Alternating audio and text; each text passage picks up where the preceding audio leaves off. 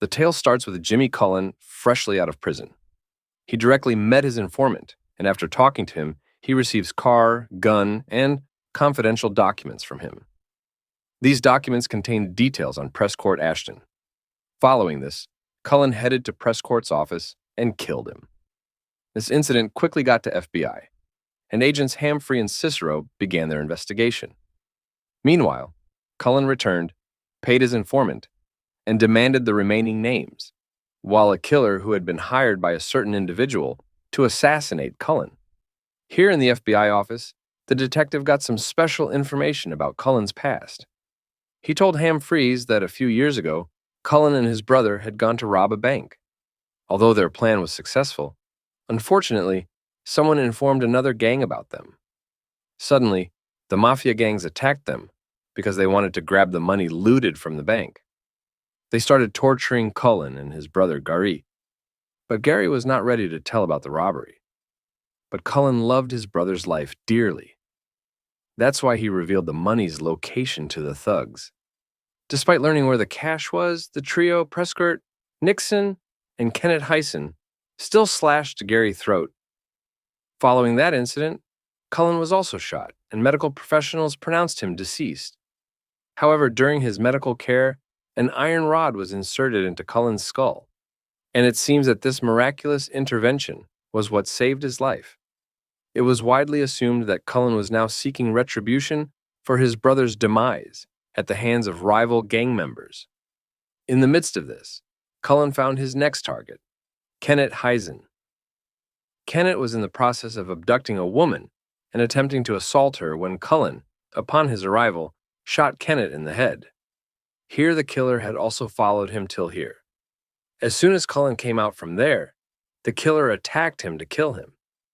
Suddenly there was heavy firing from both sides, and finally Cullen somehow escaped from there. On the other hand, Detective Hamfrey came to meet his girlfriend. His girlfriend was very angry because Hamfrey was not able to give time to his son. Hamfries was dropping his son off at school when Detective Cicero called to report a gunman's murder, urging him to come at once. Arriving, Freeze learned the victim made indecent videos with numerous girls. Cicero added that another shooter, seen attacking Cullen, was involved. Meanwhile, the assassin, furious at his base, failed to assassinate Cullen today. When he shared this with his girlfriend Lily, she assured him that success was certain, if not today, then tomorrow. Hearing this, the killer calmed down and happily asked Lily to marry him. Meanwhile, Cullen, after killing his enemies, reached his girlfriend Nan's house, but was shocked to see that Nan had moved on in life and started a family. Cullen asked her about her child who was in Nan's womb before going to jail, but Nan said that she had a miscarriage because she could not spend her life with Cullen. Upon hearing this, Cullen was profoundly astonished and began to depart, but Nan voiced from behind saying that she supports him, and she urged Cullen to avenge his brother's demise, while the assassin wed Lee, and they both set off to rejoice. Subsequently, the killer expressed his wish to abandon his criminal life and pursue a regular, normal life. Meanwhile, Cullen started preparing to kill his next enemy, Nixon. He saw Nixon going to a club, and he remembered how Nixon had killed his brother by slitting his throat.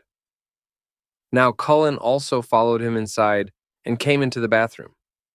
Then Nixon saw him and said that he knew that Cullen would definitely come here looking for him.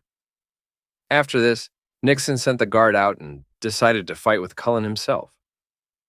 Soon a fight broke out between the two, but Cullen stabbed him in the chest and immediately fled from there. On the other hand, the killer wanted to get out of criminal world, but the incomplete mission of killing Cullen was eating him up from inside. Finally, he could not stop himself and decided to complete this mission. Lily found out and attempted to halt the assassin, who ignored her and continued. Later, both the murderer and detectives proceeded with their tasks. Later, Freeze called and informed Cicero about Nixon's murder last night. Suspecting Cullen's involvement, Freeze informed Cicero that he suspects that this is done by Cullen, while Cicero doubts his idea. So, Freeze decided to visit the club ourselves to uncover the truth. Shortly, Hamfreeze and Sissy Rowe learned Nixon was saved and now in a hospital receiving treatment.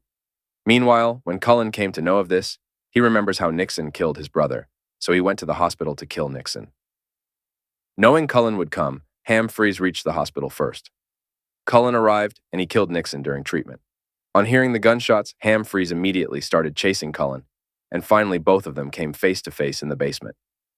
Soon, both of them started firing, but when Cullen saw Hamfreeze's police badge, he left Freeze and ran away from there.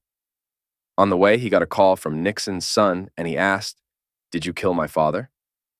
When Cullen said yes to this, Nixon's son started saying that, "I will kill you." Then suddenly, Cullen saw the killer, who came chasing after him. At the same time, both of them started driving the car at high speed, but in this process, the tire of Cullen's car burst, and taking advantage of the situation, the killer shot him in the neck. But still, Cullen quickly ran away from there, and once again, the killer's mission remained incomplete. This time, the killer was furious and decided to kill Cullen at any cost. After escaping from the killer, Cullen reached his home and pointed a gun at his mother's head and asked his mother where his father was. In truth, Cullen believed his dad tipped off rival gangs about the heist. His father demanded a cut of the spoils, and when denied, schemed to have his own sons eliminated. However, Cullen's mom argued it was false. Cullen explained he hadn't initially joined his brother, Gary, in the heist, but when their driver fled mid-operation, he stepped in to fill the role. Gary had always supported him, so Cullen also wanted to help him, but he did not know that, in this plan, Gary would be killed. After this, Cullen's eyes fell on a picture, and he saw Maria, who was Gary's girlfriend at that time. Then he realized that it was not their father, but Maria, who had betrayed them that day. Now he picked up Gary's bones and set out to find Maria. When Ham reached the office, everyone praised him because he had gone alone to the hospital to catch Cullen and was very close in capturing him. Here, Sissy Rowe told him that only small gangsters were involved in Gary's murder, and none of them had committed any big crime till date. Here, Cullen had only one last target left, whose name was Alexander Jared. Soon, he found Jared, who had now become a Christian leader. Jared also recognized Cullen as soon as he saw him, and both of them then went out for a walk. Jared said that he now attends Christian religious discourses and has recently adopted a boy. But Cullen said that this will not wash away your sins, right? Then Jared clarified that he was the part of the gang, but he did not know that the rest of the gang were planning to kill Gary. He also tried to stop them, but he could not save Gary. Jared said that he was called only to guard the door, and in reality, he did not know anything about this plan. After this, he was also sentenced to jail, and when he came out from there, he had completely changed. Then he repented of his crimes and decided to spend his entire life for the welfare of people. Cullen did. Listening to his tale, this even softened Cullen's heart, preventing him from shooting Jared. Eventually, he forgives Jared, asking him to head back home. Meanwhile, Cullen sat alone at camp when the assassin showed up. Detective Hamfreeze called Sissy Rowe that he is going to arrest Cullen. Hearing this, Sissy Rowe, frightened, urged Freeze to delay until backup arrived. However, Freeze insisted there was no time to wait. Inside, Cullen reviewed his revenge list, naming all his targets. He noticed just one name remained. It belonged to the person who ordered Cullen's assassination, unknown to Cullen. Just as the killer and Cullen were set to clash, Freeze abruptly arrived, freezing the moment and aiming his guns at the assassin.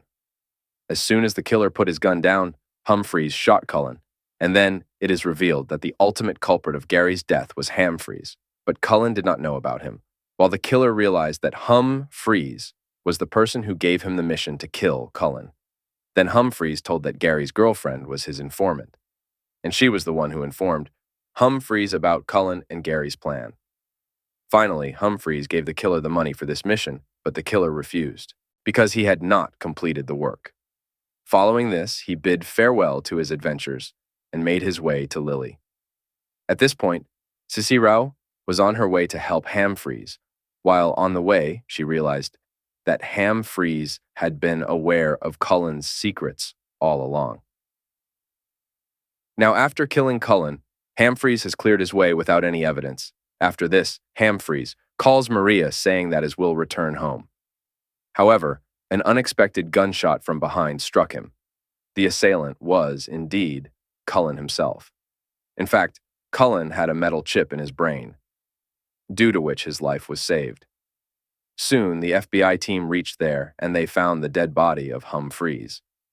But the Cicero decided to keep Humphreys' reality hidden. Finally, Cullen's revenge was complete, so he threw Gary's bones into the sea and went on his way. If you liked the video, then like it, subscribe to the channel. See you in the next video.